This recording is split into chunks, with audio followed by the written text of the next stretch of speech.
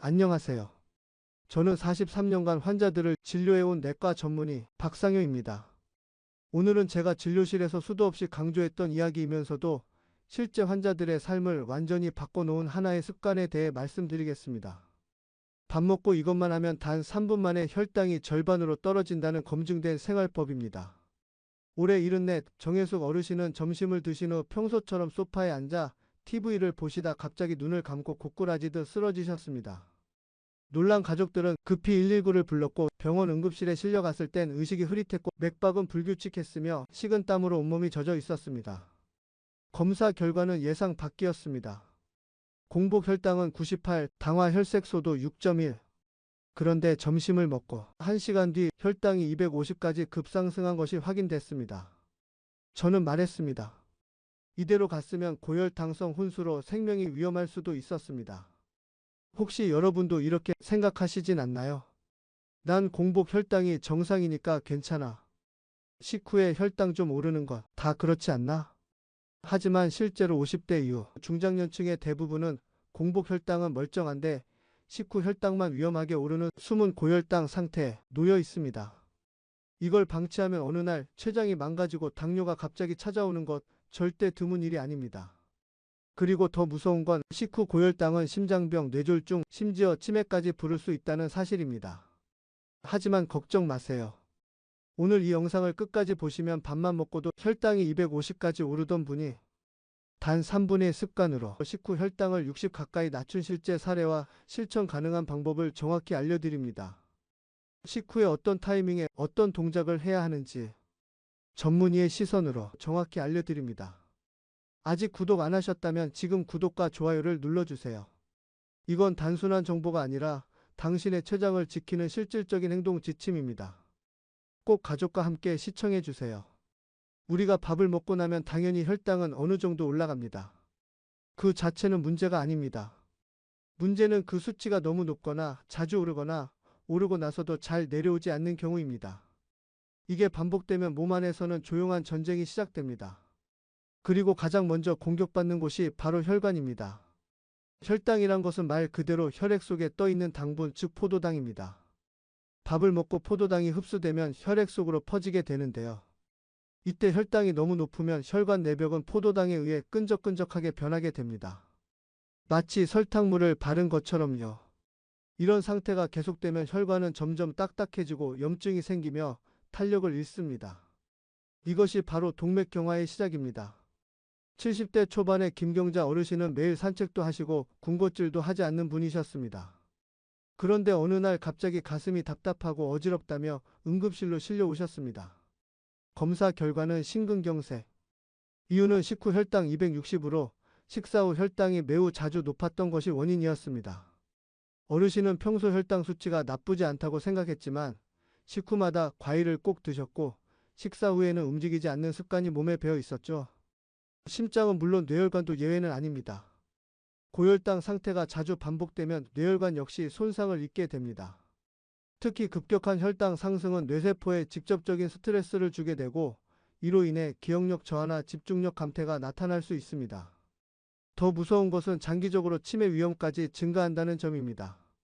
실제로 일본에서 65세 이상 고령자를 대상으로 진행한 연구에 따르면 식후 혈당이 200 이상인 그룹은 그렇지 않은 그룹보다 알츠하이머형 치매 발생률이 2.1배 높게 나타났습니다. 이는 단순히 기억력이 떨어진다는 차원이 아니라 실제 뇌 구조 자체가 변화되고 손상된다는 걸 의미합니다. 또한 고혈당 상태에서는 혈액이 끈적해지기 때문에 말초혈관, 즉 손끝과 발끝 같은 말단 부위까지 혈액이 잘 전달되지 않게 됩니다.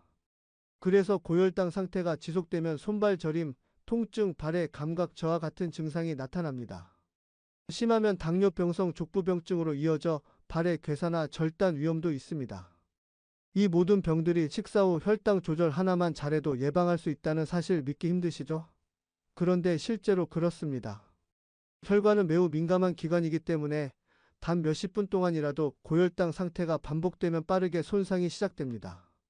하지만 그만큼 다시 회복할 수 있는 가능성도 큽니다. 이제 걷기의 효과에 대해 의심하셨던 분들도 조금씩 마음이 열리셨을 겁니다. 밥 먹고 움직이지 않는다는 단순한 습관이 혈관을 망가뜨리고 뇌를 손상시키고 있다는 사실을 알게 되셨으니까요. 지금부터는 왜 식사 후 3분 걷기가 이 모든 문제에 강력한 해답이 될 수 있는지 그 과학적 원리를 설명해 드리겠습니다. 식사 후 혈당을 낮추기 위해 걷기 운동이 좋다고는 많이들 들어보셨을 겁니다.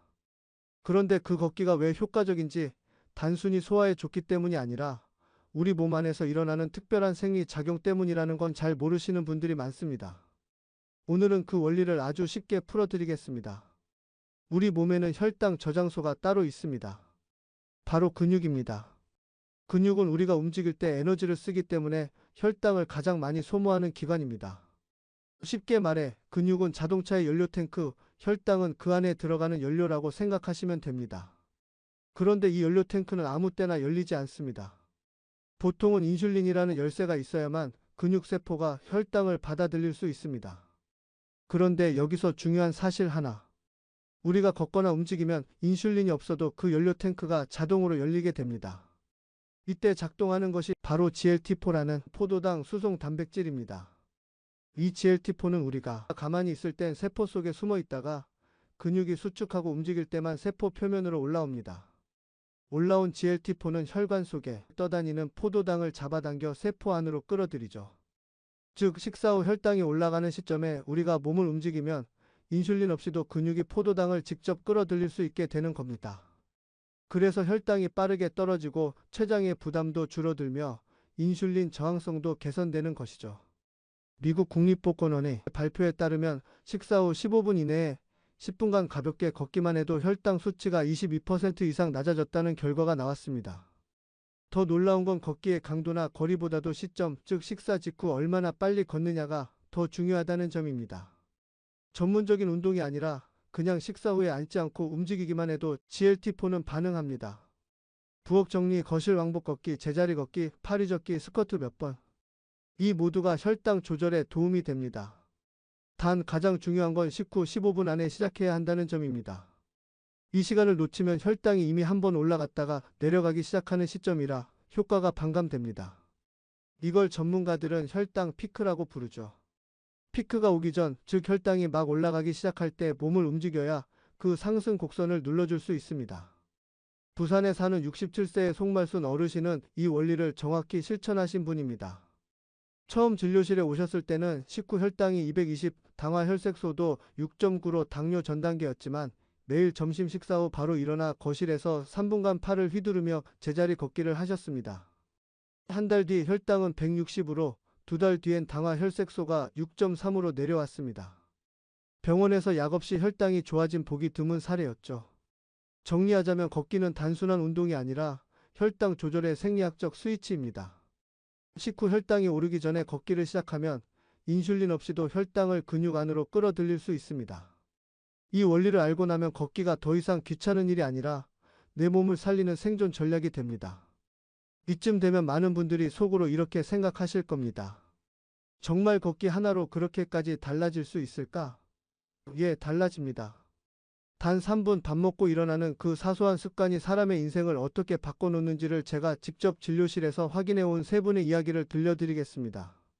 첫 번째 분은 70세 남성 정종의 어르신입니다. 이분은 늘 건강에 자신이 있었고 공복 혈당도 102, 당화 혈색소 6.3으로 애매한 경계선에 있던 분이셨습니다. 그런데 유독 식사 후 나른함이 심해지고 오후만 되면 졸음이 쏟아진다며 병원을 찾으셨습니다. 검사 결과 식후 2시간 혈당이 238이었습니다. 문제는 식사 후 늘 소파에 앉아 낮잠을 주무셨다는 점이었습니다. 제가 부탁드린 건 딱 하나였습니다. 밥 드시고 나면 그 자리에서 부엌을 5바퀴만 천천히 왕복해 보시라. 종의 어르신은 반신반의하면서도 시작하셨고 한 달 뒤 혈당은 170으로 내려갔고 2달째 되는 날엔 당화 혈색소가 5.9로 안정됐습니다. 졸음도 사라지고 오후 시간이 훨씬 개운해졌다고 하셨죠. 무엇보다 어르신께서 하신 말씀이 기억납니다. 밥 먹고 일어났을 뿐인데 몸이 다시 살아났어요. 그럼 걷기 힘든 사람들은 어찌하냐고요? 이제 알려드릴게요. 두 번째 주인공은 73세 여성 오영심 할머님입니다. 이분은 원래 무릎 관절이 안 좋아 운동은 꿈도 못 걷고 식후 혈당이 항상 210 이상으로 높았습니다. 하지만 걷기 대신 움직임을 실천하셨습니다. 식사 후엔 반드시 식기를 정리하고 싱크대 앞에서 팔 들기, 의자 잡고 다리 들기 같은 간단한 동작을 매일 반복하셨습니다. 놀랍게도 한 달 뒤 식후 혈당은 160까지 떨어졌고 손발 저림도 덜하다고 하셨습니다. 걷지 못해도 앉지만 않으면 된다는 걸 처음 알았어요. 이 말이 아직도 귓가에 맴돕니다. 다른 사례를 하나만 더 들어드릴게요. 세 번째 분은 76세 남성 윤해철 어르신. 이분은 당뇨약을 복용 중이셨지만 수치가 늘 오락가락했고 특히 저녁 식후 혈당이 250 가까이 치솟는 날이 많았습니다. 저는 조심스레 식후 산책을 제안드렸습니다. 처음엔 귀찮아하시던 어르신도 날씨 좋은 날에는 아파트 복도를 걷고 추운 날엔 집안에서 발뒤꿈치 들기 운동을 시작하셨죠. 하루 5분 식사 후 그 시간이 쌓여 3개월 후 어르신의 당화 혈색소는 6.7에서 6.1로 개선됐고 약도 한 종류 줄일 수 있었습니다. 본인도 놀라며 하셨던 말씀이 있었습니다. 내가 평생 해온 것 중 가장 간단한데 가장 효과 본 게 이거예요. 이 세 분의 공통점은 단 하나입니다.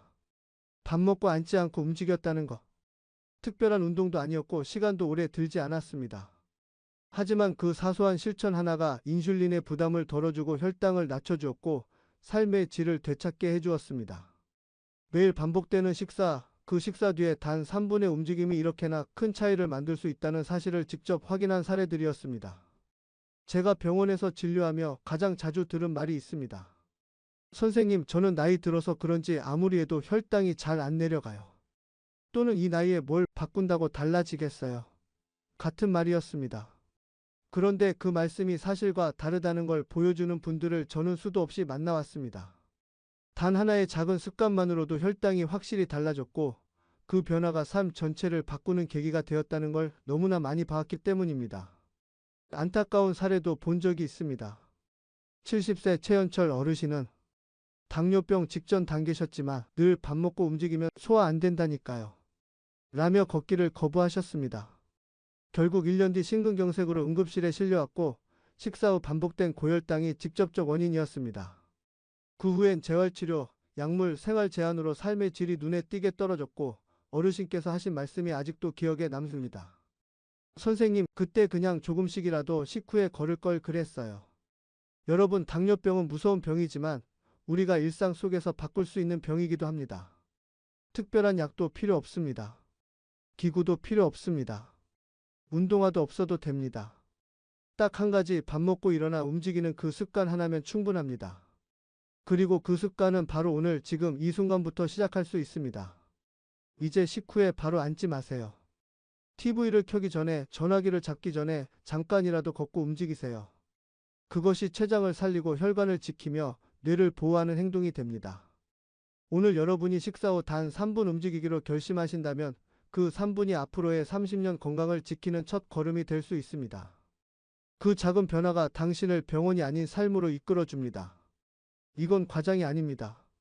수십 년간 환자들을 진료하며 제가 현장에서 배운 너무나 절실한 진실입니다. 오늘 이야기 마음에 남으셨다면 실천하는 것부터 시작해주세요. 이런 정보 나만 듣기엔 너무 아깝습니다. 좋아요 한번, 구독 한번, 그리고 꼭 가족에게 공유해주세요. 당신의 부지런함이 당신의 생명을 살릴 수 있습니다. 감사합니다.